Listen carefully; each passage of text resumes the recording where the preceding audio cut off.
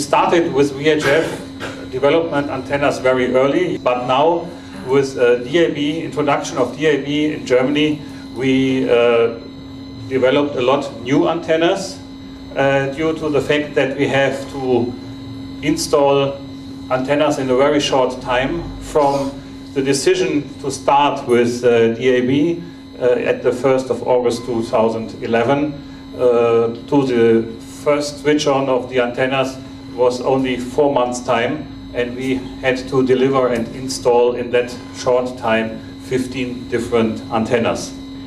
Meanwhile, we have this German-wide multiplex, as you can see here. In the near future, you will have additional transmission here in Rostock and in some other cities here. And for these different demands, we developed different antennas. Breaking down from Germany to Bavaria, we have here now 4 different layers that we can receive programs, around 40 programs in Munich and up to until Rosenheim, from the nationwide layer, from the layer for the nationwide public broadcasters in Bavaria, from the nationwide private broadcasters in Bavaria, and some islands for greater cities like Munich, Ingolstadt, Nuremberg, and so on.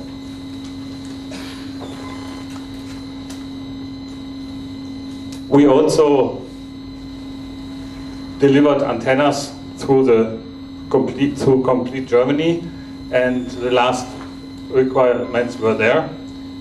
So as George Clauser told you, this VHF approach was now different. Before we have had TV on VHF, 1 channel maybe.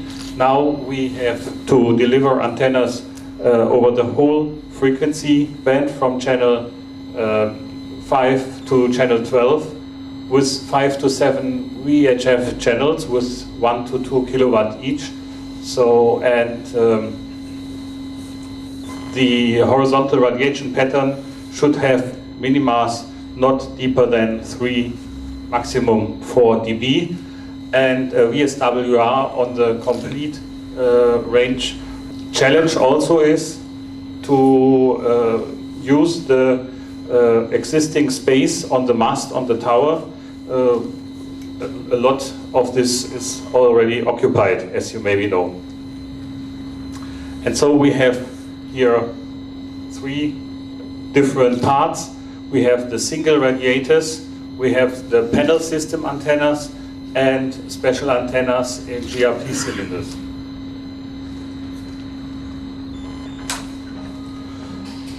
So for quasi-omnidirectional patterns with top mount antennas, low wind load, and they can be stacked in base over each other to increase the gain. You see here these dipole solution, quasi-omnidirectional, because to the rear side you have, of course, not the full power. This is an antenna that I think will have a very bright future. Why? You know, digital dividend 1 and 2 will shorten the usable UHF band, always in 10 megahertz steps. So now we can go until channel 60, but maybe from the next worldwide planning conference it will be only until channel 50.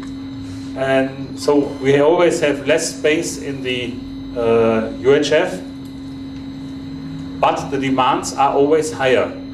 And with this antenna we can provide a solution for digital radio and digital television in one antenna on the mast in the VHF band.